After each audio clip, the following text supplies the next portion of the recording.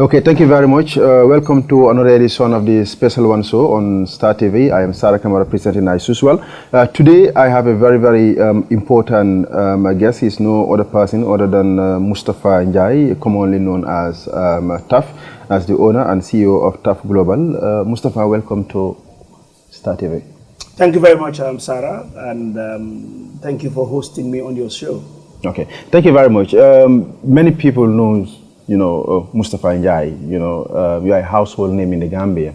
All right. I would just first ask you, how would you like to portray yourself? How would you like Gambians to portray you? Well, I think I would like to be portrayed as a patriotic Gambian. Okay. Somebody who has worked, for quite some time, most of my life in the Gambia. Okay. Born, raised, educated, and made in the Gambia. I think that's who I am. Not how Gambians want to portray me. Okay. I mean, that's who I am. I am typical made in the Gambia. I'm a made in the Gambia product. Made in the Gambia product. Okay, let me just flash your mind. I came across a photo, of you and Dawda, the late Dawsa Kairaba Jawara, all right, at the National Assembly building. All right, I think it was the reconstruction of the National Assembly building. The Speaker was also there. The Minister of Works was also present. All right. Do you remember that? Yeah, I remember it. Actually, specifically, it was in 1984. Okay. If you say the National Assembly building, because our audience, I'm sure, they will think National Assembly building is the new one. The new, exactly. But this was the old National Assembly building, okay. which is on Independence Drive. Today is the law school. Yeah, law school. That was the National Assembly building. Okay. And yes, I remember it. It was the renovation of the National Assembly building. Okay. Gambians used to be criticized for having that size of National Assembly building.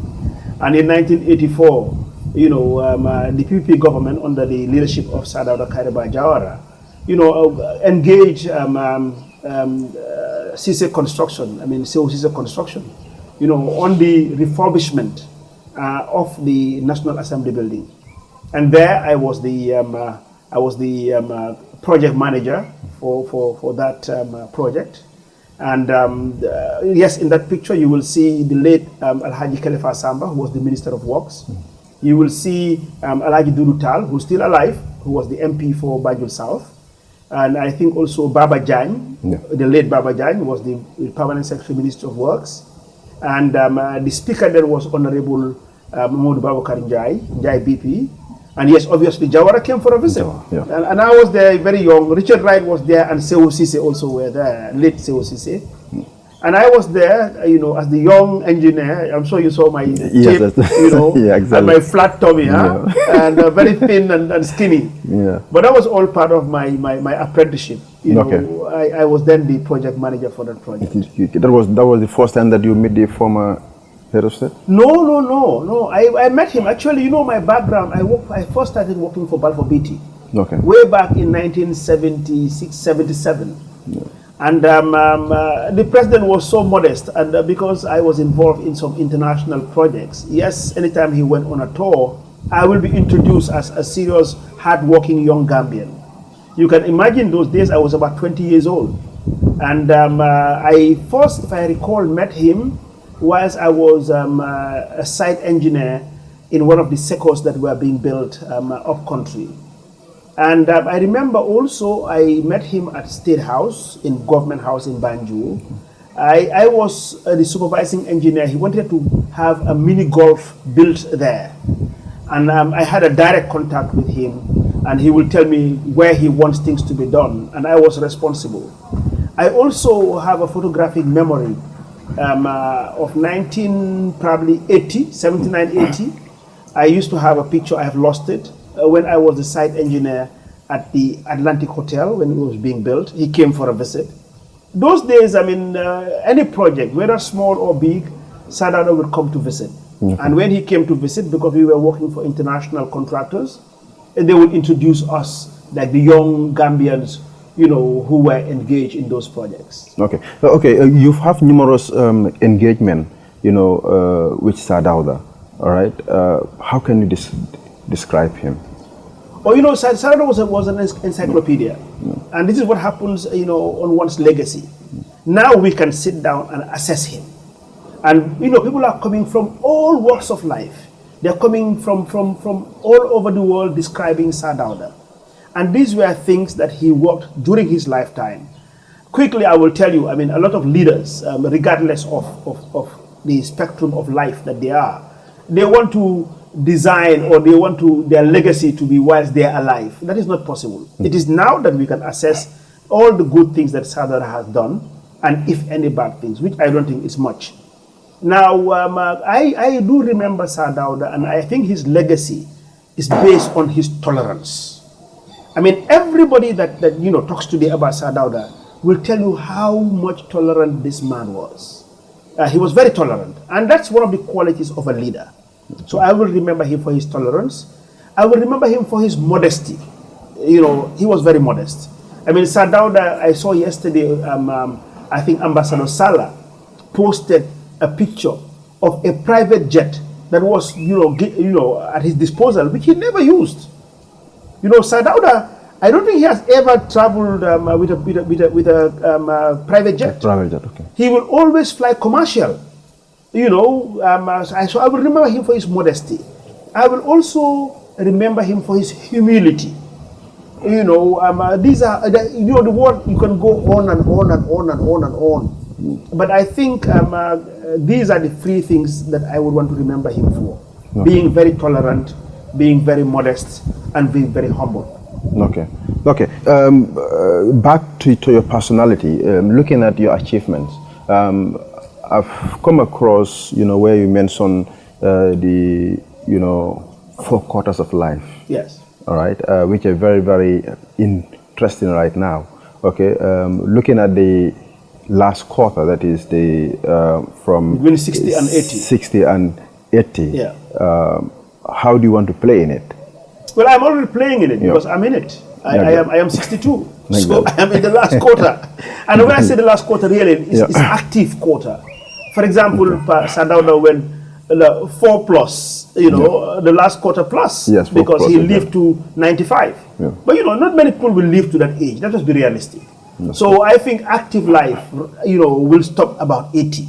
After 80, you're not that much part of the equation. Okay. So what I'm actively doing now, I can discuss and why I am doing it. Yeah. I believe that, if I am seen to be successful, I can define success for you, what success means. And I borrowed this from a friend of mine, okay. Who we discussed about success, what we think success is about. And we agreed that success is about results. You cannot be successful if not about money? No, it's about results. Because we've seen so many people being, having money, people say, yeah, they are successful. Oh, look, recently, have you seen the Nigerians that did the biggest scam of about 40-something million dollars? Okay. Have you seen that? No. They are not successful. Okay. It's a big scam. It's the biggest scam ever in the internet. Yeah, exactly. They're not, a kidnapper can kidnap and ask for a ransom. He's not successful. In life, in general, what we call success. Okay. Success is about positive results. What have you achieved? For example, if you say, okay, Mustapha Njie, why is he successful? You will say, okay, well, he has built so many thousands of houses within his career. He has employed so many people. He has done this. He has given back to society so much. Then you are seen as being successful. Now, successful is about results. You must do things. Now, in the results, like for example, in exams, you are seen to be successful in your results when you pass a certain mark. Exactly. So you are judged to be successful when you have had certain achievements, and you must have results. So that's one. Impact. For somebody to be successful, you must have impact. After having had the results, after having built all the houses, after having achieved that wealth, what have you done with it? Because some people, they will keep all the money in their bank accounts, keep it for inheritance, for their kids, for their grandkids, and so on. Some will just have it there and worship it, But after having been successful, what is the impact that you have had, one, in your community, in society, in your country, and even larger to humanity, to people like Mother Teresa, the impact that he has had on the world. So you look at these things. Then the last one is legacy. So what is your legacy? What is your legacy about? How do you want to be remembered? How are you remembered? So now let me then come back to your question about the last quarter. The last quarter is about legacy. I am now working on my legacy. What I want to be remembered for. Dawda is being remembered for the things that he has done. You know, so for me, what I want to be remembered for, and I have said this over and over and over again, over the media, that I want to be remembered for the lives that I have impacted. That's what I want to be remembered for. I don't want to be remembered for the number of buildings that I have built. I don't want to be remembered for the amount of money that I have left behind. If there's that much, it's not that much. I keep telling people, I don't have money. People think there's a perception of having money, but I know I don't have money. You know, so what I want to be remembered for, on my legacy, which I am working on my last quarter, which is between my age 60 and 80, is how many lives have I touched? For example, somebody that has never had hopes in life, that I have influenced him or her, so that one day, if I live to 80, I can look back and say, oh yeah, I'm very proud that Sara, I have influenced Sara's life to be who he is today. You know, so that's really what I want to be remembered for in my last quarter, my legacy. But are you content with your achievement right now? Oh, I am. You know, because some people, you know, the more achievement, you know, they have, the more they would yearn for. No, look, Sara, I'm a very contented person. Yeah. People who know me, actually, a lot of people, I walk into places and I hear them, oh, that's tough, that's Mustapha Njie. You know, most people don't know me. I'm sure your crew that came here, the majority of them don't know me. Yeah. I am a very contented person. Okay. Actually, you know, you can see the beach there. If you didn't come by this time, it's low tide. You know what I do? I go jogging on the beach. I jog and I walk. And on average, on Sunday, I go about 12 to 15 kilometers. And what I enjoy most, I have a lot of friends on the beach. And these are so-called bumpsters. These are people who you know, run big bars. Some ladies who sell fruits. They know me very well. Because I go down to their level and I enjoy it. I have a passion for these things. So I am a very contented person. I mean, I will not blow my own trumpet, but I know who I am. And most people around me will tell you this. I am not moved by wealth. I am not moved by money. So you are not tempted, you know, to achieve more, you know, to get more money, you know, for your future generation? No way. Look, the destiny of the next generation, that is my kids and my grandkids and so on, is not in my hands. My dad didn't leave me a butut. My dad was a retired civil servant, you know, only had a pension. Their pensions were even less than $100. I never inherited wealth. And look at who I am today. Same thing, it's not only on me. In Gambia, there is no old wealth. Every successful Gambian that you see today had worked for his wealth. There were Gambians who were wealthy, you know, generations before us. But it doesn't mean that their kids are wealthy today. So that's a lesson to learn in life. That no amount of wealth that you gather, there is no guarantee that your kids or your grandkids will inherit that wealth and put it into good use and be wealthy in their generation. So I am not moved by wealth. You know, I am very contented. I am, as I said, I am now more focused on the impact that I have on people. That's my focus. You know, I like my basics. To a certain extent, it can be luxury. I like to dress well. I mean, I like good watches. I love good houses. I like good food. You know, I love good people. You know, when I travel, I love, obviously at my level, I love to travel business class. When I go in a hotel, I love big, nice hotels. That's fine. That's at the level that I am. But I am not busy trying to accumulate those millions of dollars, you know, so I can be counted probably among the 10 richest Gambians or so. No, that's not me. I am not interested in that. Very often I am asked, you know, I get interviewed by top media houses, but both the print media and you know, TV and radio.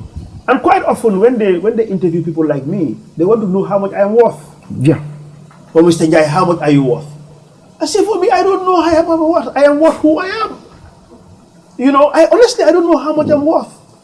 You know, so that's irrelevant to me, totally irrelevant. And I will never come up with an answer because I don't sit down and do an account of what it is. No. I know that I am very comfortable with my bank account to meet the basics of my life. That's fine. But I don't want to count the millions and billions to be counted as the richest Gambian or the the richest Gambian. No. That's taboo for me. Okay. Okay. Looking at Gambian business, okay. For example, let's come in the area of partnerships. Okay, there are not enough successful stories when it comes to business, partnerships, in this country. What do you think, might be, the main problem? The problem was cultural. Yeah. We didn't have the culture of business partnership, yeah. But it is changing. We've had some few, we had some failures, we had some positive ones, yeah. And I always mention Gambia Electrical as a successful partnership. So if you say that governments don't partner, no. Don't generalize. Yeah. And we are very good. They partner, but at the end of the day, it will break. It will break. Yeah, it happens. Not only in the Gambia, it happens in a lot of places. Yeah. If you go all around the world, it may be because we are Gambian, that's why we see them. But it happens. Partnerships are very difficult. It is based on trust. But there are successful partnerships. And we are also happy that if you look at our generation today and moving on, there are lots of partnerships that are coming up. Partnerships like marriage. Yeah. Not every marriage is successful. That's true. And it's not only in this generation. We have now some generations that come from broken homes. And that in our own belief, in our own faith, that's in the hands of Allah subhanahu wa ta'ala. That some are blessed that they will settle into a marriage or a partnership or business that will last forever. Some will break. But more on a positive note, and as I said, being futuristic, I am really pleased that we are seeing now Gambians coming together in partnership. And we hope it will last. Okay. All right. And then let me just take your mind, to a statement that you made, regarding the National Development Plan, okay, that Gambians should embrace it, okay. We've also seen where President Barrow, when he came to power, he did also, congratulate you on the award that you achieved, okay, and then even ask you to come back home and then, work for the development of this country. Is there any relationship between you and President Barrow, or are you helping him in achieving the National Development Plan? Okay, let me first tell you that I am one Gambian that have a relationship with everybody. Yeah. Politically, I have a relationship with every political party in this country. And you can ask any political leader, what is your relationship with Mustapha Njie? They will tell you it's excellent. I have the numbers of every political leader, and I call them, and I meet with them, and I talk to them on their responsibilities. Okay. Because, Sarah, let me tell you something. Every citizen has a responsibility to this country.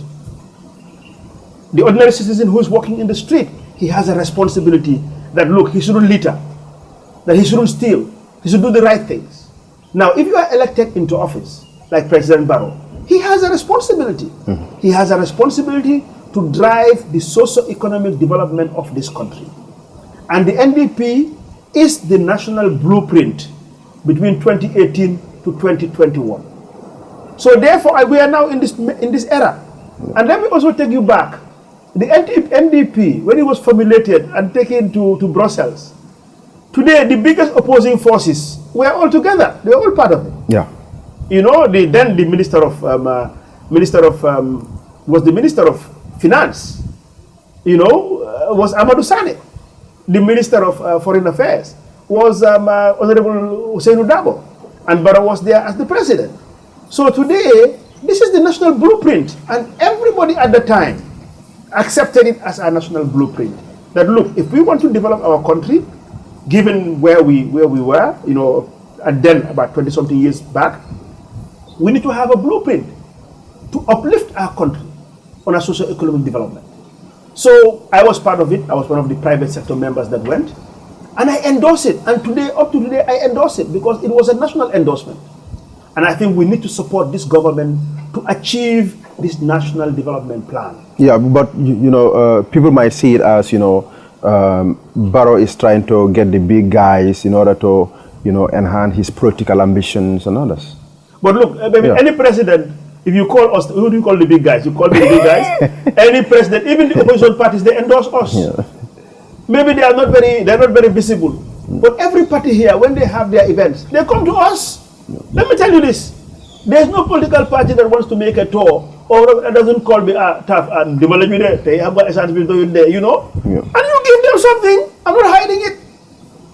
Because we all have a relationship. There's no one, like for example, you saw when Sara Camara Jawara died. Yeah.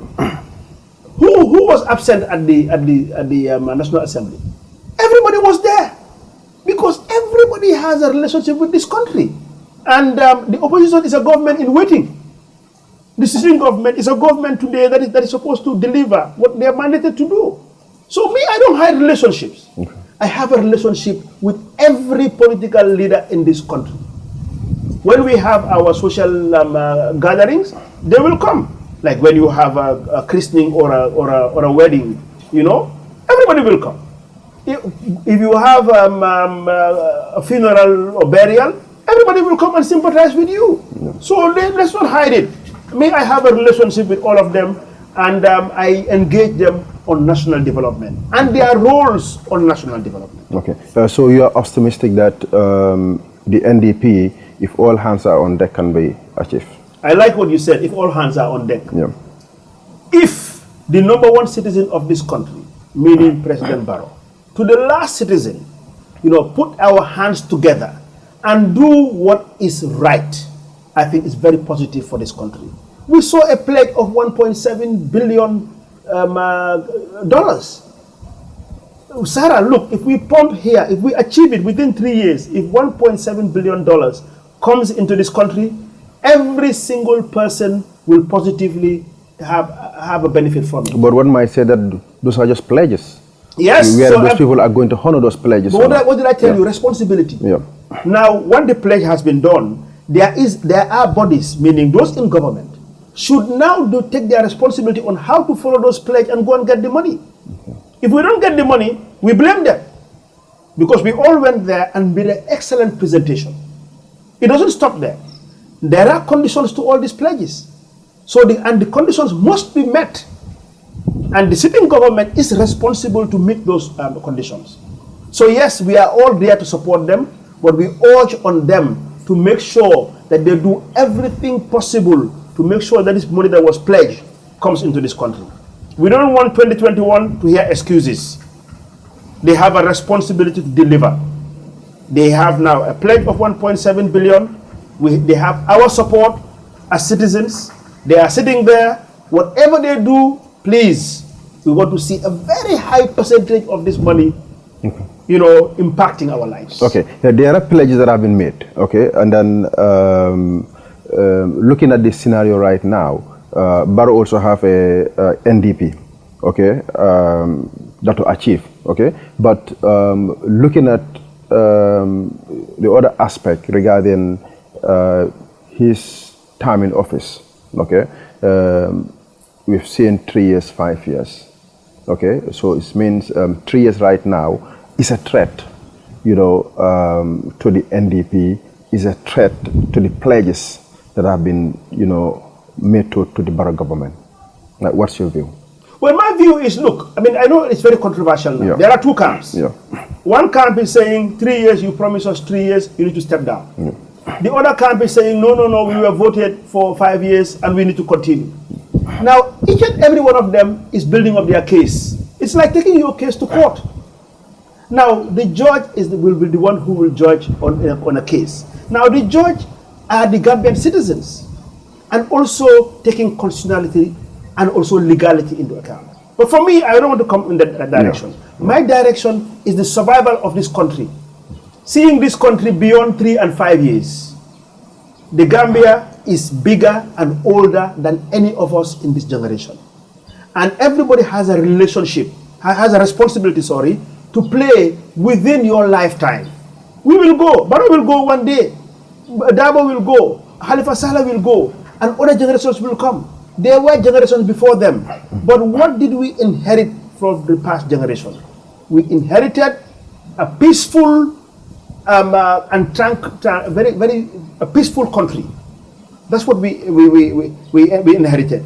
Tranquility and peace.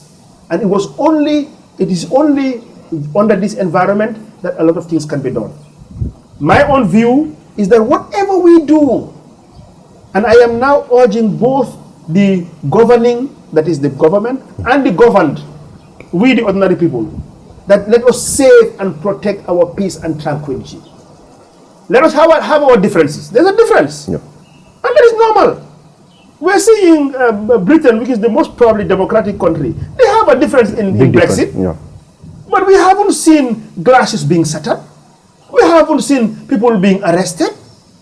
The government owes everybody here, within the constitution, if they fulfill whatever it takes to allow them for peaceful protests. That is constitutional. The government must allow peaceful protests if the people who are protesting fulfill all what it takes to protest. That's one. Okay. That is their responsibility. Now, people who are protesting, they owe it also to the government or also the general public to make sure it is peaceful. That they shouldn't destroy people's property. That they shouldn't stone people to death. That is their responsibility. If they do, there's a repercussion for it. There is a responsibility of the security forces coming in. But I think this country as we are today, all of us need to preach peace and tranquility. It is as a result of the newfound freedom. Freedom, yeah.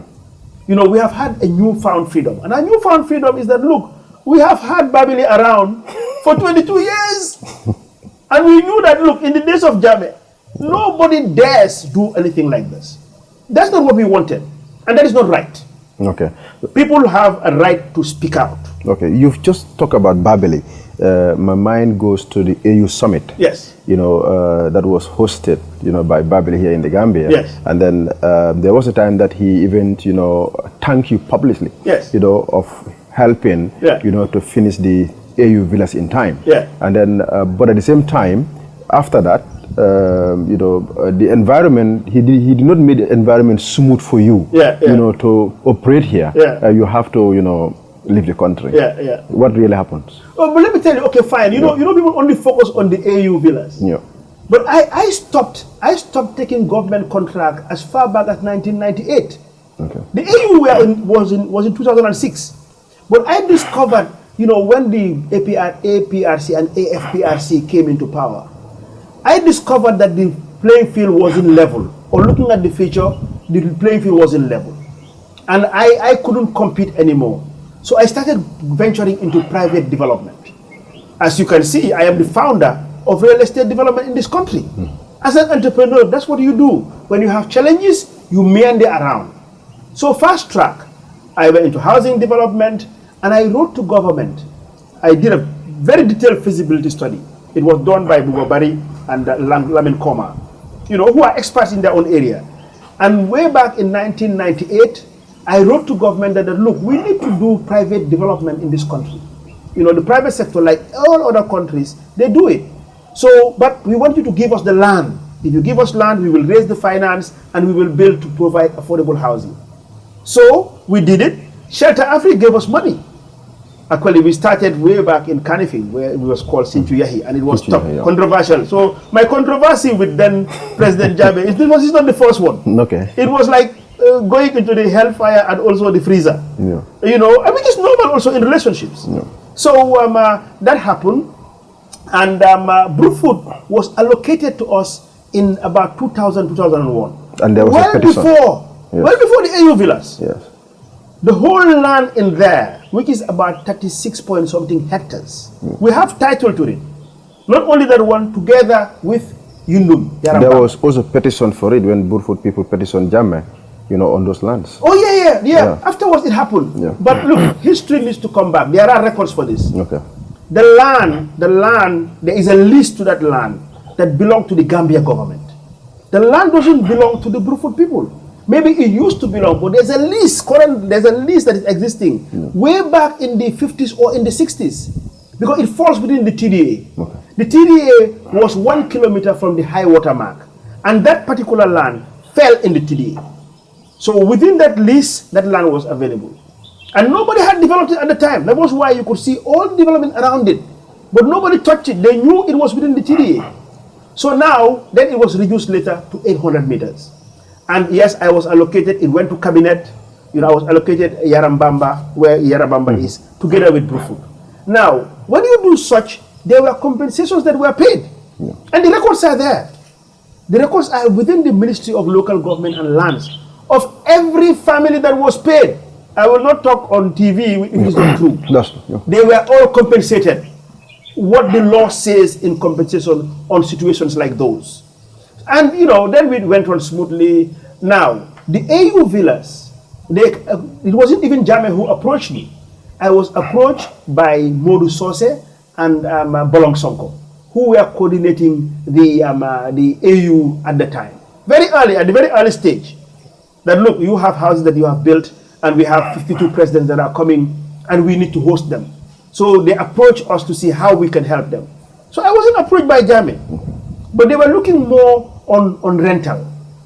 Rental was impossible because at the time, we didn't have any units that were that much. So I proposed to them that, look, I think within our land, so the land, actually, the title of that land is tough. It's not government. We have a title to it way back in 2000. So I approached them, and in details, which I said in the commission, when I gave them the proposal of how much it will cost, it was $5.5 million. So obviously, you would expect that government will pay me. Government didn't have the money. And that was when the Secretary General at the time was Mambure Njie. So I engaged Mambure, and later we all went to the president. And when they were trying to get money for these units, they only could raise $400,000 out of $5.5 million. But I made a commitment because I know that I knew that the houses were built on my land. So if they didn't pay me the rest, I will sell it. Which happened. That was what happened. So I raised the money. Okay, whilst they were going around raising the money like what they are doing with the OIC now, they could only raise about, I think, $3 million. So I had to raise the balance of almost $2 billion. Personally, I financed it through my financiers, my bankers. And it was all built.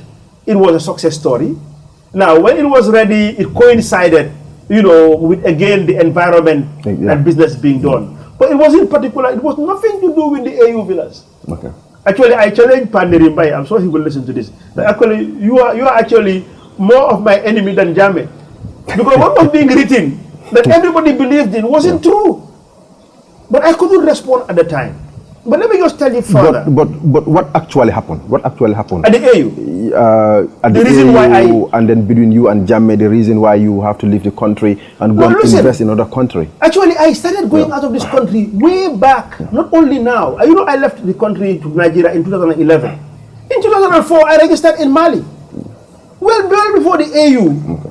Amadou Toumani Touré invited me to Mali to invest in Mali, and I had a company in Mali. I went to Senegal. Senegal, well before all this, during the days of Ablaye Wade, they started Solidarité 2. Solidarité 2 was to build warehouses and also housing, where Diamniadio is now, and I invested there. Yeah, but I know you started well before. Yes. But you reduced your investment in the Gambia at that because time. the environment wasn't friendly. Exactly.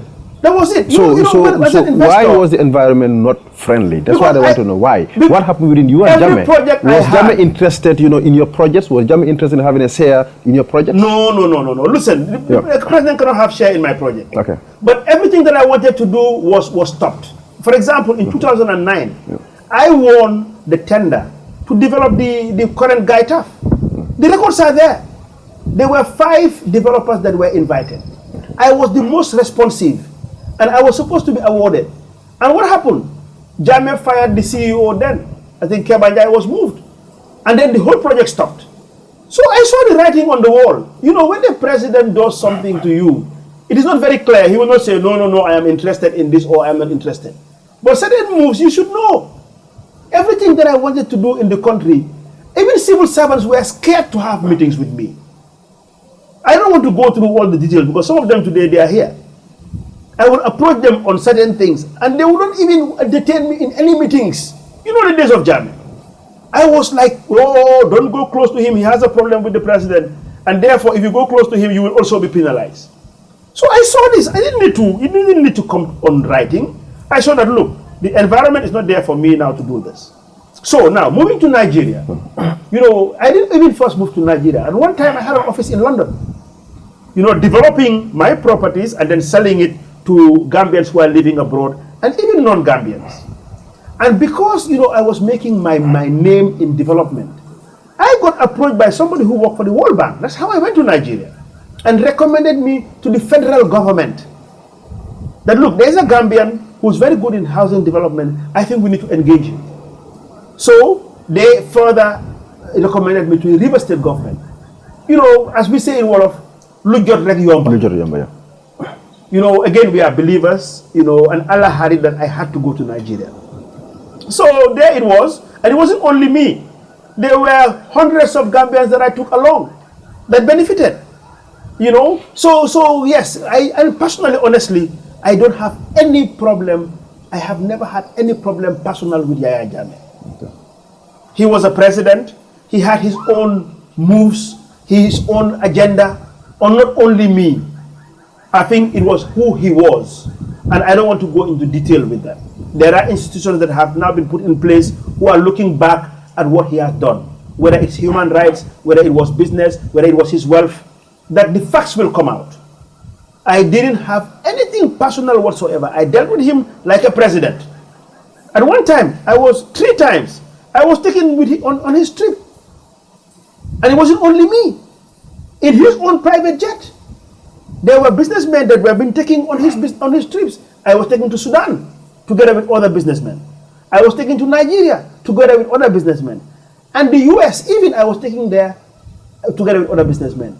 So, whenever they wanted it as a government and him being the leader, because I was the foremost and the biggest in real estate development, he couldn't but engage me. He was forced to engage me, whether he likes it or not. Halfway through, he will think otherwise. But honestly, for me, it wasn't anything personal. This is what happens in relationship. As I say, a very good example. We saw the political leadership. What happened about less than 2 years ago? What, 2.5 years ago? Yeah. We saw 7 parties coming together. Halfway through, they are no longer together. These things happen in life. You get married to a woman, you know, 2 months later, you have a problem and then you divorce. 10 years later, it can happen. 50 years later, it can happen. This is the way the relationships are. Okay. Now you've mentioned the Janneh Commission. You've appeared there. Yeah. To make some clarifications. Why? Well, because again, the AU, everybody thought that you were never served. You were never served. I was served to appear. Okay. And I appeared, and I tendered all the evidence, and I was questioned, and I answered, and the report is out, and it is there. The report is there for everybody to see. If I was implicated, like a lot of people are, I would have been asked to pay back. Like, for example, the AU. I gave them every document because everything is very clear. You know, so if I was implicated, if I was guilty for anything, today I will not be sitting here with you. So I think I have been exonerated, but people still want to ask questions, and that is the world. No. Even Allah subhanahu wa ta'ala, who is the creator of all. Some people don't believe in him. Despite everything that you see today. The Prophet sallallahu alaihi wasallam, Muhammad sallallahu alaihi wasallam, despite coming in and the following that he has in the world today, some people don't believe in him. Even you in your own house, there are some of your kids that don't believe in what you are doing. But that's the world that we live in. Everybody is entitled to an opinion. And that is again referring to Sadauda's values. Tolerance. Be tolerant in the difference in opinion. Okay. You are in Tough Global. It's almost in 8 countries right now. And then how many partnerships have you made? Look, we are it's Tough Africa Global. Yes, Tough Africa Global. Tough Africa Global. Yeah. Meaning that we are in Africa, and also we think global. We have an office in Dubai. Okay. And that's from our global operations. Yeah. So we are registered in 8 African countries, which includes Gambia and Nigeria. But we are active. We are very active in 2 of them. That's Gambia and Nigeria. Nigeria, okay. Now, let me tell you, as a matter of rule for me, every country I go, I don't take more than 51%. I don't own, like Tough Nigeria Homes. There is a company, Tough Nigeria Homes. I only own 50% of the company. The rest, I give to other local entrepreneurs. You know, people that can add value in the business. And that's one lesson to learn in Africa. Everywhere you go, don't go there and take everything. Don't be greedy. Yes. Yeah. So partnership, I believe in partnership. Okay. And I always take about 50% and give it to locals that I trust, that I can work with. And there's always good corporate structure. And in the corporate structure, you know, everything will be clearly defined. And also, I never chair my foreign companies. I am never the chairman. I sit as a managing director and CEO, so I am more on operation and execution. Okay. So what were the challenges? In Nigeria? Yeah, in Nigeria. Oh, many. And other, you know. I told you our biggest countries, operation. But basically Nigeria. Yeah, our biggest operation is in Nigeria. Yeah. You know, I tell people that what I worked for 25 years in the Gambia, I got it in Nigeria in 2 years. 2 years. So Nigeria was big. By any measurement, by global standards, we are building 1,200 units on a muddy land. When we went there, the natural land, when there is high tide, the water is about 2 meters high. Mangroves, mud. We had to scrape the mud out and then sand fill with 600,000 cubic meters of sand. You know, so we had to sand fill it, compact it, do all the geotechnical and geoengineering, you know, to build these units. And some of these units are like story buildings, 4-story buildings. So challenges are many. Throughout Africa, wherever you go, there are challenges. In the River State, you know, if you know Nigeria very well, this was in the Niger Delta. The Niger Delta is very violent. Very violent, yeah. This is where, actually very close to where my site is, that's where Sarawiwa came from. Ogoni. Ogoni land is in River State, where my project is. And you know, there's a lot of violence. There's a lot of militancy. You know, now it has been reduced down. And there's a lot of kidnapping. So that's an issue I had to fight with. So can you imagine walking there? You know, when I walk, I know you've seen my picture. I walk with 2 armed guards with Kalashnikov guns. As people got to know me, I was advised that I can no longer drive an ordinary car. So I had to drive, you know, a Land Cruiser bulletproof. And I have had an experience of running into a daylight bank robbery. Oh. And I had to be evacuated by my guards, you know, being put covered under the gutter, running around. You know, the story goes on. But you know, in entrepreneurship, challenges are turned into opportunities. Yeah. So basically what I did was, I turned huge challenges, a huge challenge in River State into a big opportunity. When I went there, what I saw for me was that there was not many real estate developers. There was no serious real estate developers. So you were never discouraged, even with all those things happening, no. You know, and then your family putting pressure on you, you know. Your life is more important than, you know. You know, for me, I'm an entrepreneur. Yeah. And the reason why you can see me as a successful entrepreneur, well, I took up challenges. If you don't want to take up challenges, my friend, you will never exploit an opportunity. You will never be successful. I love my challenges. And if I tell you things that I've gone through, you will open your eyes much wider. I fell off a 3-story building and landed on my head. Here, I have a scar here. Trying to fix a roof together with the carpenters. And the ladder slipped. It was at the NTC, and I fell down. That was a challenge. Because I always want to please my clients. So I don't take no for an answer from my workers. But these were challenges. Up to now, we have our challenges. You know, I tell the young people the reason why I call for peace. I have a gunshot. I have a bullet through my thigh. If I were to take down, I show you my thigh here. In 1981, I was hit by a stray bullet. It wasn't because I was active, but because I was just ignorant, which a lot of young people today are ignorant about violence. I would appeal to them, let them not be violent. The person that will be killed or that will die by mistake or anything happen, you will never know who he is. We have the saying in Wolof, I do empty bopi borom. I do empty bopi borom. I will repeat this. I will 3 times. I do empty bopi borom. buñ taal ay si dëkk bi nañ bàyyi ay wi nañ ko bàyyi bu ko am ci boppi borom. And most of the time, those who ignite all these crises will always survive. Survive, yeah. They are the ones at the very top. They will be evacuated. Their family will be away. It's we, the ordinary people who are here, that will suffer. And a living example, I wasn't part of the coup in 81. I was a young man. In 81, I was only about 20-something years old. About 23 or 24 years old. And all we did was, we were completely ignorant of what was happening. We were just walking around. And a stray bullet hit me on the thigh. If it had moved by 5 millimeters, it would have hit my bone. And those days, I would have been amputated. If I was unlucky that it was 1 foot higher, it would go into my guts. And most likely, I would not be saved. Because at the time, and I will tell you this, when I was at the theater, because I was rushed to the theater to take out the bullet, because it got stuck there. I saw people were dying. They were dying like flies. Because, they were overwhelmed. The medical facilities, they were overwhelmed. And it was only within the first 5 hours or 6 hours of when it happened. So imagine when you have crisis. Some countries have gone through crisis for months, for weeks, for years. And you see how people have suffered.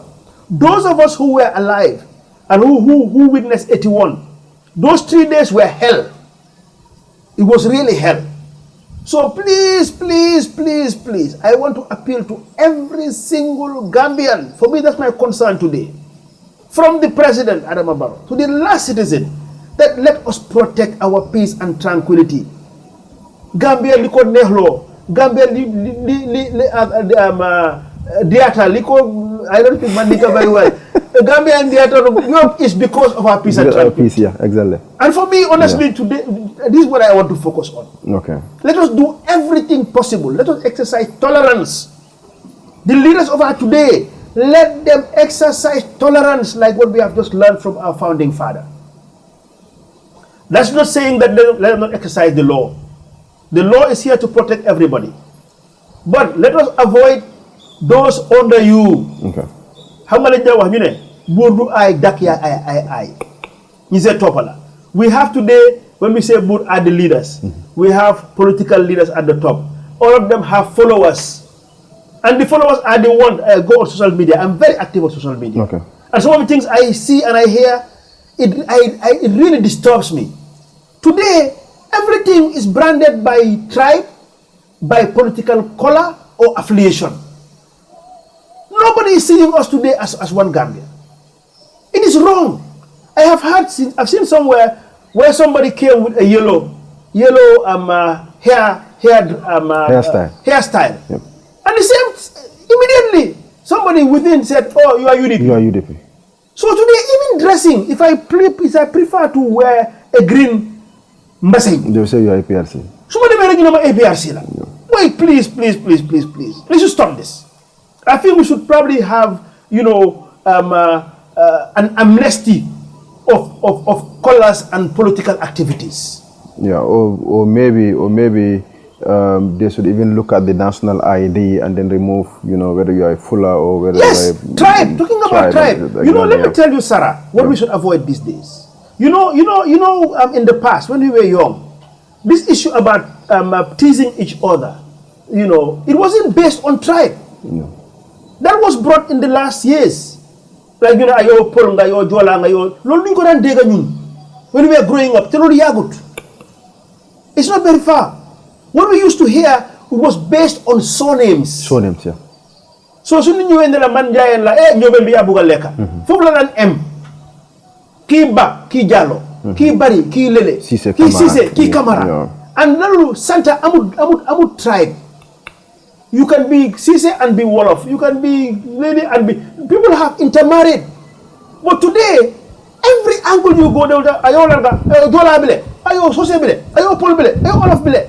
Actually, at a national level, we should make sure that this is taboo. We should work on criminalizing this thing. Okay. This identity, using one's identity, using one's tribe as an identity. Look, every family you go in today, and I can bow my last dollar on this, my last dalasi. Every family you go, there's intermarriage. There's no family today in the Gambia where you can take 100% that everybody living in that family is their Wolofs. That's true. Or any family that say they are Mandinka. Take for example Usainu Dabo. Usainu Dabo, his kids are not Mandinka 100%. None of his kids are. None of his kids, because both of his wives are not Mandinkas. President Barrow, same thing. He's mixed. I am mixed. Everybody is mixed. So when did this thing come about where people are being identified with tribes? It is dangerous. It's very dangerous. Okay, now, stop it. Okay, now just to go back to Nigeria, and we know the big boys were in town. The big boys were in town. You know, you've helped the government, you know, in bringing them in town, you know, trying to invest in this country. What motivated you? Well, it's not the first time. Let me tell you again. You know, may I have go back to history. You know the reason why Arik Air is flying here? It was my initiative and Alpha Bari. Arik Air, this was about maybe 10 years ago. We saw it that, look, if Gambia is to advance, and we are economic advice, we are economic operators, we need to have foreign direct investment. Forget about nationality and who they are. You are looking for, every country looks for foreign direct investment. My operations in Nigeria, I came in under FDI. I was a foreigner and I was directly investing in Nigeria. I was not seen as a Gambian or as or otherwise. So the same thing applies here. What we saw was that Gambia had an opportunity to offer to the world tourism. That let us not only focus on Swedish or European tourists, but let us look at African tourists. And it is being said everywhere. And we saw the number of in Nigeria. Nigeria makes up half the population of West Africa. In terms of wealth, they have the biggest GDP. At one time, it was over $500-something billion as their annual GDP. So we saw that, look, if this country needs to move, there's an opportunity, window of opportunity, by attracting Nigerians to come. Through then, you see that, for example, the banking sector. The banking sector in the Gambia at one time was all dominated by the Nigerians. And what happens when they come? They invest their money here, they employ Gambians, and you know, a lot of things happen in our economy. So it was just continuous. This wasn't the first time. Okay. This is not the first time that I have brought Nigerians here.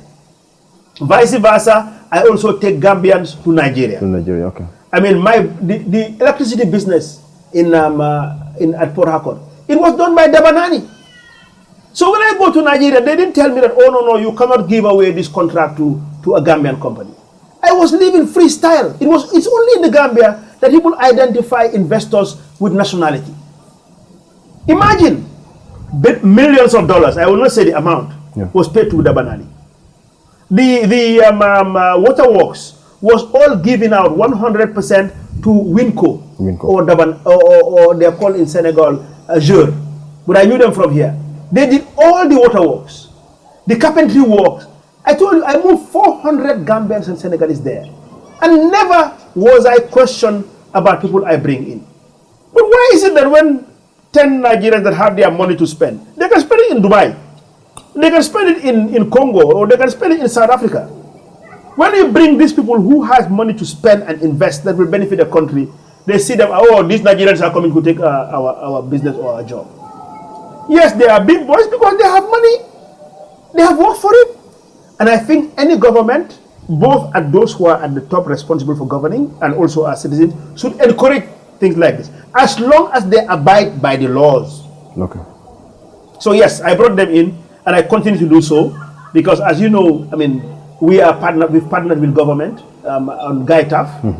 GAITAF is 160 hectares, which TAF Africa Global, you know, has been engaged. We are raising all the money. It's big money. We're raising all the money. We're doing all the development, and we will manage it. And government has a share there. Okay.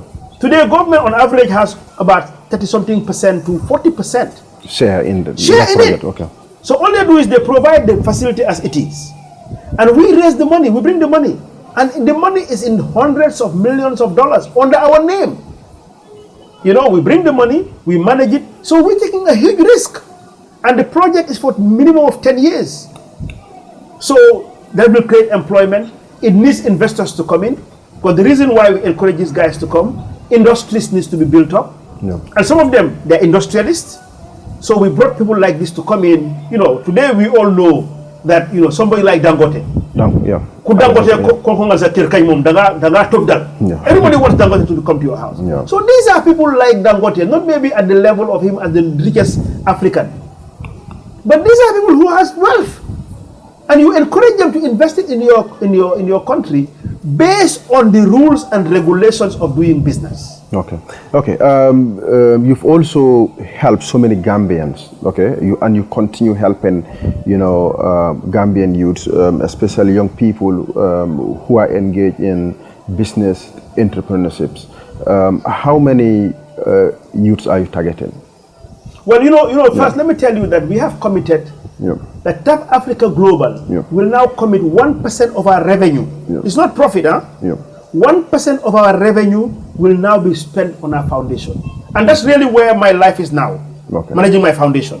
100%, that's where I'm active. I am semi-retired. Now I'm not very active on the corporate side. Yes. But I am very, very active on the foundation. And the foundation has got 7 different initiatives. And it has been funded by the revenue that comes into Tough Africa Global.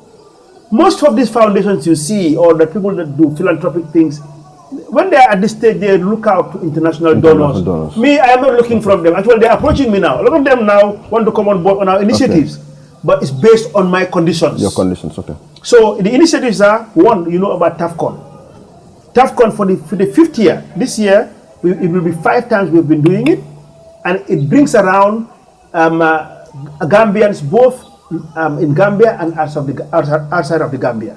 It is the biggest conference today in this country. And it has been very sustainable, where we discuss national issues. That's one, TAFCON. And then we have the Tough Leadership Academy.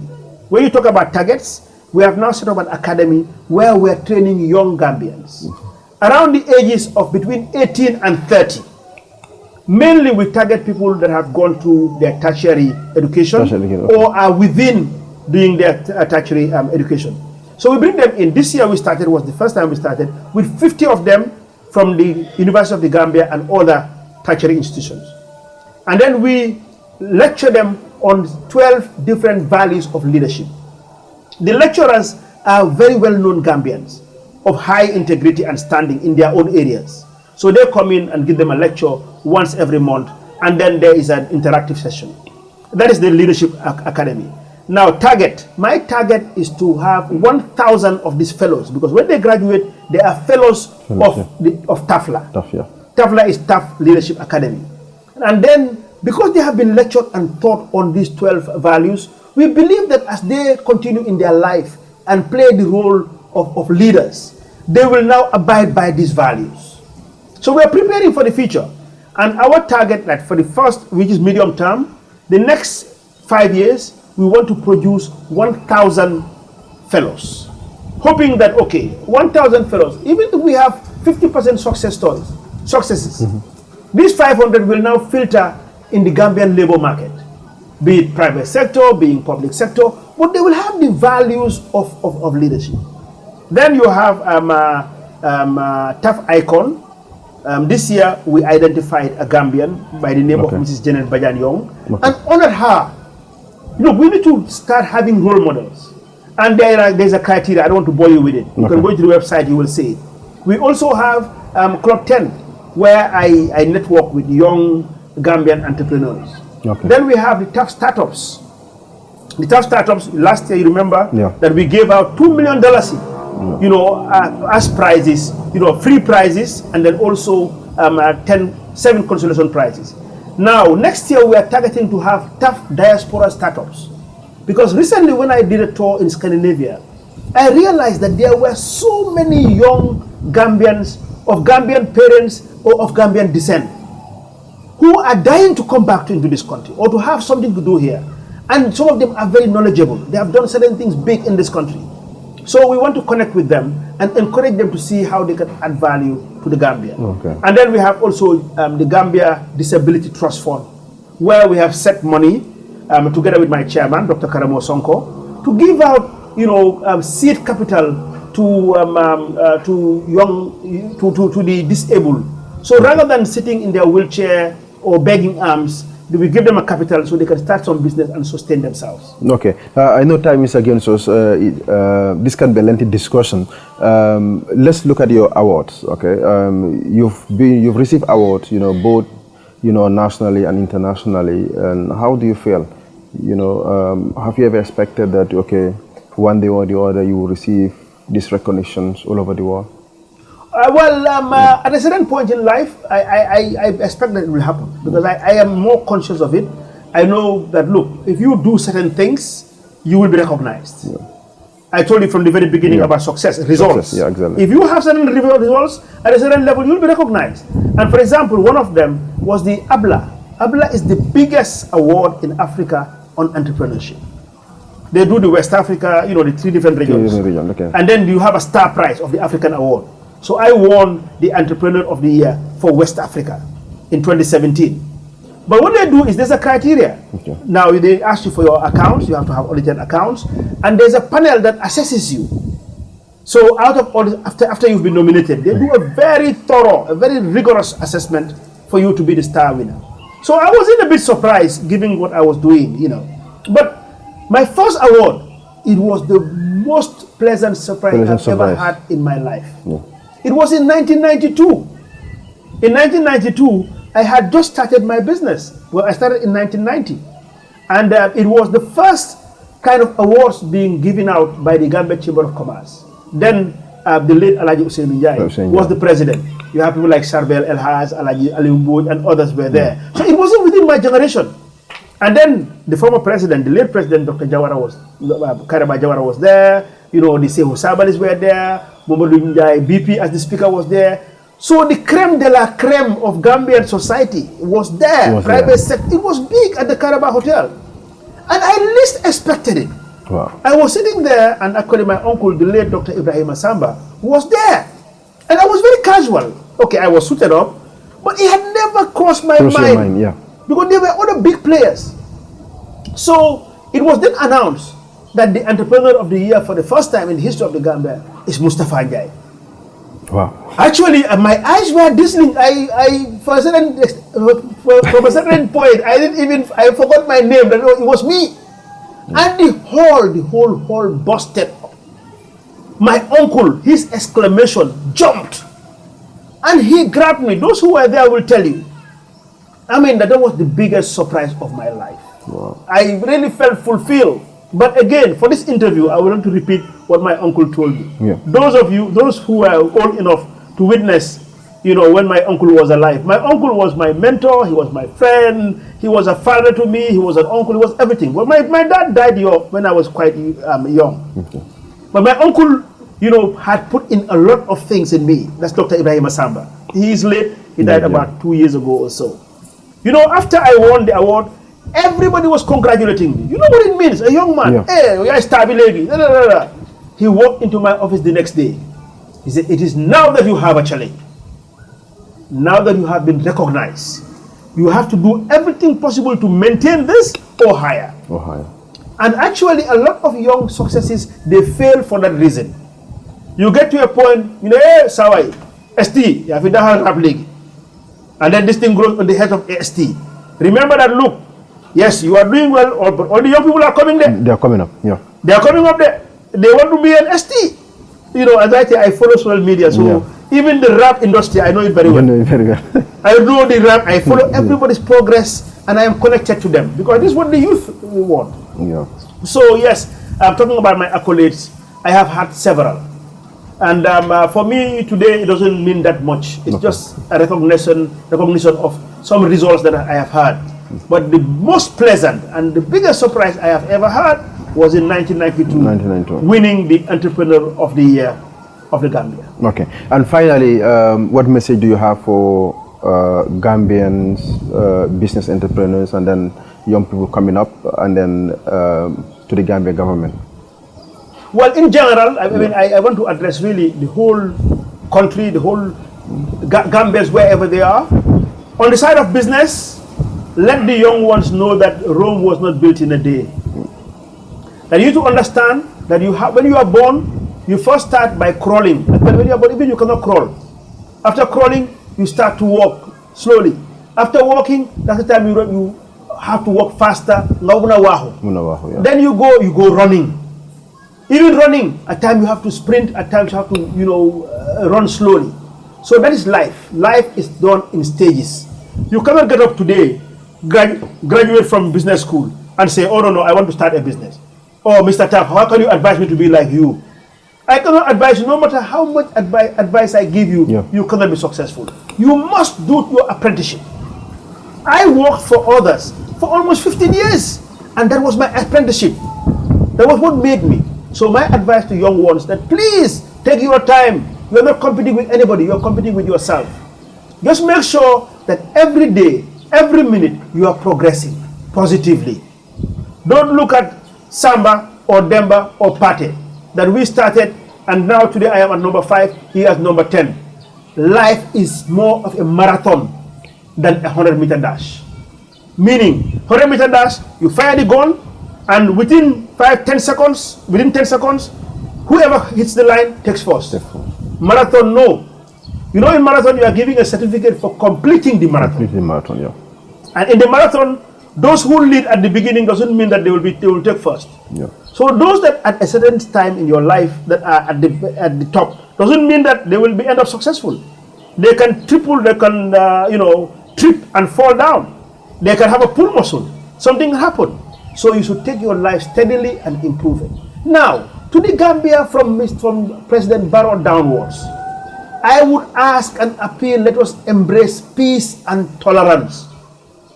We all have a responsibility. What I expect at the political spectrum, that we have a government that is sitting there, they have their responsibility to deliver certain things to us. They must do that.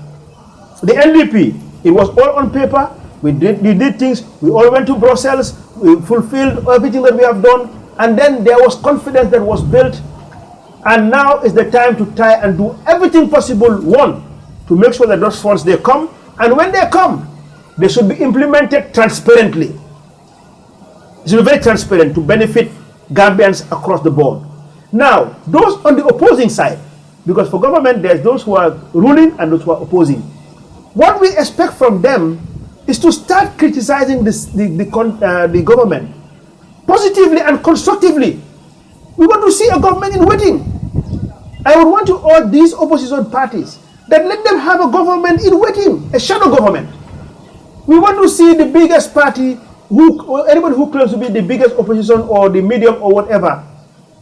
If a policy comes out on health, if you oppose them, can you please come out with your own version of what you think that the government has done wrong in a certain sector? And if it was you, that's the way you will do it. Actually, we want to see now in a democracy that we have waiting government. We have government in opposition who can even name their shadow cabinet ministers. For example, the APRC or the UDP or GDC, we want to know who their shadow minister of finance is. Who is the expert on finance that if you win an election today, this is what you will do under the Ministry of Finance. We want to know that, look, under sports, what do you have for us? But what we don't want to see today is key UDP la, key APRC la, based on color. Can I open knit? Can I open moto? Can I open flag? I think we have gone past that now. As a country, we want to know what is tangible. What you will do to this country on a much more sustainable basis. Sustainable socio-economic development. Be you in the ruling party or in the opposing party. That's what we are waiting to see from them. So this is my last word, and I hope my word goes into their ears, that we are all one family. We saw Barrow and Dabo for the past 22 years or more. They were all one. To this today, we are seeing a divide. Let me tell you, Sarah, there is no guarantee that tomorrow they will not come together again. Yeah. So my advice to the followers, that politicians are politicians. Today they can be divided, tomorrow they can come together. My very last word is a prayer that they come together. This country, if we see the two opposing forces coming together, it's the betterment of this country. They can be am jama. That's true. Suñu amé dal ñaari groupe ci ni if they are now mutual and come together, then see what I ñaan. We should pray as Gambians that this divide, Satan and Mother Duga digante harit. We see it. Man, when I knew them, I knew Baro and Usainu Damo. I knew them all. The different parties, the factions where they are, Ahmad Ba and the others, you know, Alhaji Musa Drame and the others. I knew them all. OJ, you name it. They came to us, they presented to us as 7 parties, as one. So we voted for them under that umbrella. So let us all pray that Satan never said digante, that evil, whatever that came in between them, yalla gene Satan never. That Dekabi Amjama. Dekabi is a paradise. There is a lot waiting for us. We saw a boom on tourists coming into this country. We saw a boom in construction. Confidence.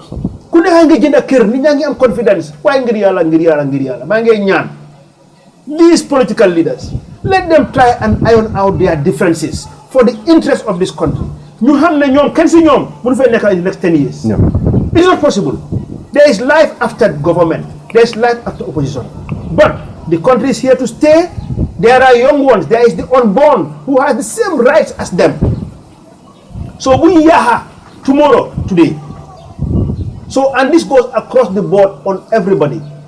Let them oppose, but please, please, please, let us do it under an environment of peace and tranquility. Okay, thank you very much for coming for the interview. Thank you, Sara. Thank you for coming too. And I really want to compliment also Star TV, you know, for granting me this interview. Not only that, but I have started seeing you being very visible. Yeah. And that is why before we started the interview, I asked you who is behind it. Exactly, I want to know. Yeah. We want to encourage things like this. I think this is a major step.